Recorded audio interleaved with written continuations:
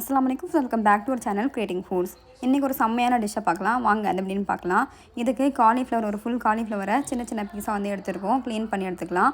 அதை வந்து ஒரு பாத்திரத்தில் கொஞ்சமாக தண்ணி ஆட் பண்ணிவிட்டு, கொஞ்சமாக மஞ்சள் தூள், கொஞ்சமாக உப்பை ஆட் பண்ணிவிட்டு, இப்போ நம்ம வாஷ் பண்ண காலிஃப்ளவர்ஸை ஆட் பண்ணிவிட்டு, காலிஃப்ளவருக்கு வேகிறதுக்கு தகுந்த மாதிரி உப்பு ஆட் பண்ணிக்கலாம். ஆட் பண்ணி ரொம்ப குழையாமல் 50% அளவுக்கு மட்டும் வேக வச்சு எடுத்துக்கலாம். இப்போ இந்த ஸ்டேஜில் 50% வெந்து ரெடியாக இருக்குது. இதை ஒரு கிளாத்தில் மாற்றி ஆற வச்சு எடுத்துக்கலாம். நெக்ஸ்ட் இதோட இன்க்ரீடியன்ஸ்க்காக கார்ன்ஃப்ளவர் 2 ஸ்பூன் அளவுக்கு, அரிசி மாவு 2 ஸ்பூன் அளவுக்கு, 2 ஸ்பூன் அளவுக்கு மைதா, காரத்துக்கு ஏற்ப மிளகாய்த்தூள், கொஞ்சமாக உப்பு, கரம் மசாலா, பெப்பர், இஞ்சி பூண்டு பேஸ்ட்.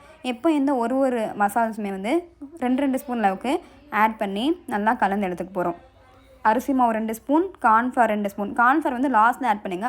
அப்போ தான் அந்த கிறிஸ்பினஸ் கரெக்டாக மெயின்டைன் ஆகும். இப்போ 2 ஸ்பூன் அளவுக்கு மைதா, நெக்ஸ்ட்டு காரத்துக்கு ஏற்ப மிளகாய்த்தூள், கொஞ்சமாக உப்பு, கரம் மசாலா, ஃபுட் கலர் வந்து எதுவுமே ஆட் பண்ண தேவையில்லை. ஏன்னா வீட்டுக்காக செய்யறதுனால ஃபுட் கலர் வேணாம். இஞ்சி பூண்டு பேஸ்ட் 1 ஸ்பூன் அளவுக்கு மட்டும் ஆட் பண்ணிக்கலாம். ஆட் பண்ணி தண்ணி எதுவுமே ஆட் பண்ணாமல் நீங்கள் கலந்துகிட்டே இருக்கும்போது ஏற்கனவே நம்ம வேக வச்சதுனால அதில் கொஞ்சம் தண்ணி வந்து ரிலீஸ் ஆகும். இந்த மாதிரி இப்போது நல்லா கலந்து எடுத்தாச்சு. இப்போது இதை ஒரு கடாயில் நல்லா மூழ்கிற அளவுக்கு, இப்போ இந்த பீசஸ்லாம் போடும்போது மூழ்கிற அளவுக்கு எண்ணெய் ஆட் பண்ணிக்கலாம். எண்ணெய்லாம் சூடானதும் இதில் நம்ம ஏற்கனவே மசாலா நல்லா கோட் பண்ண காலிஃப்ளவரை வந்து நல்லா பொக்கோடா மாதிரி டீப் ஃப்ரை பண்ணி எடுத்துக்கலாம். 2 சைடும் நல்லா பொரிஞ்சதும் நல்லா மொறுமொறுன்னு ஆனோடனே இதை டிஷ்யூ பேப்பரில் ஸ்ப்ரெட் பண்ணி எடுத்திங்கன்னா எக்ஸஸ் ஆயிலில் வந்து அப்சர்வ் ஆகிடும். நல்லா கலர் வந்து கொடுக்கும். நீங்கள் கலர் வந்து எதுவுமே ஆட் பண்ண தேவையில்லை. வீட்டோட மசாலா ஆட் பண்ணிங்கனாவே நல்லா இந்த மாதிரி கலர் வந்து தரும்.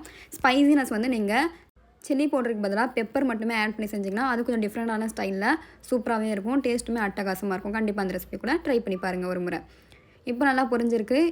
அவ்வளோதான், அது ரெடி ஆகிடுச்சு. நெக்ஸ்ட்டு ஒரு பேனில் கீ ஆட் பண்ணிக்கலாம். அப்படின்னா வந்து ஆயில் 2 ஸ்பூன் அளவுக்கு ஆட் பண்ணிவிட்டு இதில் ஃபைனாக சாப் பண்ண வெங்காயம், கேப்சிகம், ரொம்ப ஃபைனாக இல்லாமல் க்யூபாக வந்து கட் பண்ணி ஆட் பண்ணிக்கலாம். இதோட பெரிய க்யூப்ஸாக வந்து நீங்கள் ஆட் பண்ணிக்கலாம். அது டோட்டலி ஆப்ஷனல் தான், உங்களுக்கு விருப்பத்துக்கு ஏற்ற மாதிரி ஆட் பண்ணி ரொம்ப வந்து வெந்துடாமல் ட்ரான்ஸ்பரண்ட் ஆகிற இருக்கும். இதை நல்லா வதக்கினா போதும். இதுக்கு தகுந்த மாதிரி உப்பு ஆட் பண்ணிக்கலாம். கொஞ்சமாக 1/4 ஸ்பூன் அளவுக்கு ஆட் பண்ணிவிட்டு நல்லா ட்ரான்ஸ்பரண்ட் ஆனதும் இதில் 1 ஸ்பூன் அளவுக்கு சோயா சாஸ், 1 ஸ்பூன் அளவுக்கு சில்லி சாஸ், 1 ஸ்பூன் அளவுக்கு டொமேட்டோ கெச்சப் ஆட் பண்ணிக்கலாம். சில்லி சாஸ்லாம் வந்து உங்களோட ஆப்ஷனல் தான், வேணும்னா ஆட் பண்ணலாம். ரொம்ப ஸ்பைசினஸ் வேணான்னா அதை ஸ்கிப் பண்ணிடலாம். ஆட் பண்ணிவிட்டு இதில் கொஞ்சமாக வந்து மிளகாய் தூள் ஆட் பண்ணிக்கிறேன். ஆட் பண்ணிவிட்டு நல்லா கலந்து விடலாம். இதை நல்லா கலந்து விட்டு இது நல்லா குக்காகி இந்த பச்சை வாசனைலாம் போன பிறகு நெக்ஸ்ட்டு சைடில் 2 ஸ்பூன் அளவுக்கு கார்ன்ஃப்ளவரில் கொஞ்சமாக தண்ணி ஆட் பண்ணி நல்லா ஃபைனாக வந்து கலந்து எடுத்துக்கலாம். அதை வந்து இந்த ஸ்டேஜில் ஆட் பண்ணிவிட்டு நல்லா கலந்துகிட்டே இருக்கும்போது திக்காக கன்சிஸ்டன்சியில் வந்துடும். அதை நீங்கள் கலந்து விட்டு குக் பண்ணும்போது அதோட பச்சை வாசனைலாம் போகி நல்லா திக்காகிடும். நெக்ஸ்ட்டு இதில் நம்ம ஏற்கனவே ஃப்ரை பண்ணி வச்ச காலிஃப்ளவர் பக்கோடாஸ் வந்து ஆட் பண்ணிவிட்டு எல்லா சைட்ஸுமே கோட் ஆகிற மாதிரி நல்லா கலந்து விட்டுட்டே இருந்திங்கன்னா அந்த மசாலா கூட இந்த காலிஃப்ளவர் வந்து நல்லா பிளெண்ட் ஆகிடும். கடைசியாக கொஞ்சமாக கொத்தமல்லியை தூவி விட்டு ஒரு 2 மினிட்ஸ்க்கு வந்து மீடியம் ஃப்ளேமில் வச்சு எடுத்திங்கன்னா செம்மையான road style gobi manchurian recipe ready. ரொம்ப ஈஸி, ரொம்ப டேஸ்டியான ரெசிபி. கண்டிப்பாக இந்த ரெசிபி ட்ரை பண்ணி பாருங்கள். இன்னும் நிறைய வீடியோஸ்க்கு எங்களோட சேனல் சப்ஸ்கிரைப் பண்ணி சப்போர்ட் பண்ணுங்கள். ருசியான சமையல் ரசிக்கலாம் வாங்க. தேங்க்யூ. வெல்கம்.